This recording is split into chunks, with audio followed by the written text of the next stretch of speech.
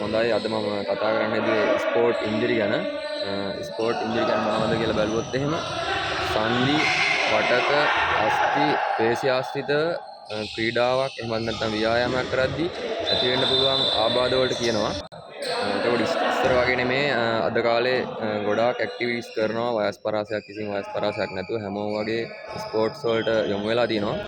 එතකොට තරුණ කාලේ ළමා කාලේ වයසට ගියාම එක එක විදිහේ ඇක්ටිවිටීස් අපි කරනවා දුවනවා පනිනවා කඳු නගිනවා ඇවිදිනවා වගේ ඇක්ටිවිටීස් වල හැම වෙලේම අපි නිරත වෙනවා මේ ක්‍රියාකාරකම් වලදී ඉන්ජර්ඩ් එකක් වුණාද කියලා අපි දැනගත්තොත් එහෙනම් මුලදී කරන්න පුළුවන් ප්‍රතිකාර මොනවද කියලා අපි දැනගත්තොත් හොඳයි ඉන්ජර්ඩ් එකක් වුණාට පස්සේ වෛද්‍යවරයෙක් ගාවට යන්න කලින් අපිට ප්‍රතිකාරයක් කරන්න පුළුවන්ද මොන වගේ වෙලාවකට කරන්න පුළුවන් මොනවද කරන්න පුළුවන් ප්‍රතිකාර කියලා අපි දැනගත්තොත් හොඳයි.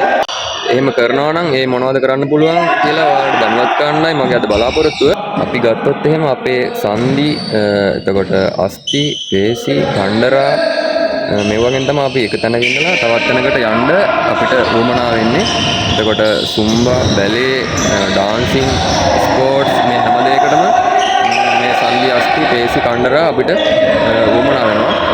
එතකොට ගත්තොත් එහෙනම් මේ ඕනම එකක් උලුක් වෙන්න පුළුවන් අපි ස්ප්‍රේන් කියලා කියනවා නැවෙන්න පුළුවන් තැලෙන්න පුළුවන් තවත් සමහරලාට පුපුරන්න පුළුවන් ඒ ඕනම ආබාධයක් වෙන වෙලාවට සමහරලාට අපිට ඒක තේරෙන්න පුළුවන් ඉන්ජර්ඩ් එකක් වුණාම මේක අපිට වර්ග දෙකකට වර්ගීකරණය කරන්න පුළුවන් එකක් තියෙනවා ඇකියුට් කියලා ඒ කියන්නේ ඉන්ජර්ඩ් එක විච් එකම අපිට සැර වේදනාවක් අද වේදනාවක් වෙන්න පුළුවන් ඉදිමීමක් ඒ අවස්ථාවේදී වෙන්න පුළුවන් අනිත් එක තමයි ක්‍රොනික් කියලා කියනවා. ඒ කියන්නේ පොඩ අපේ ඉන්ජර්ඩ් එක පොඩ තමයි හොදෙන්නේ. සමහරවිට හොඳ වෙනවා, ඉදිමෙනවා.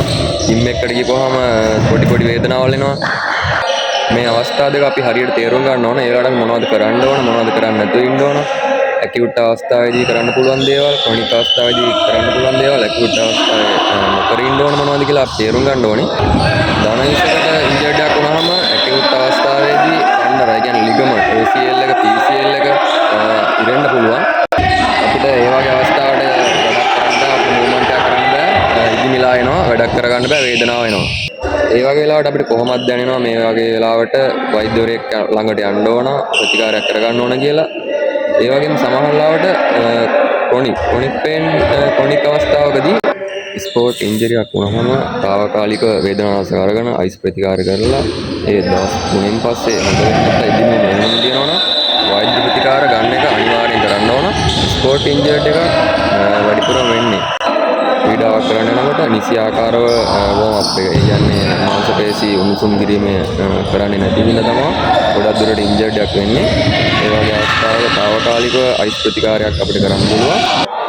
ඉන්ජර්ඩ් එකක් වුණාම ගොඩක් අය නොදැනුවත්වම උණු වතුරෙන් තවනවා. උණු වතුරෙන් තවන්න එපා. මොකද ඉන්ජර්ඩ් එක තවත් අත්වීමක් නෙමෙයි වෙන්නේ. ඒකින්ද අයිස් ප්‍රතිකාරය කරන එක තමයි ගොඩක්ම හොඳ.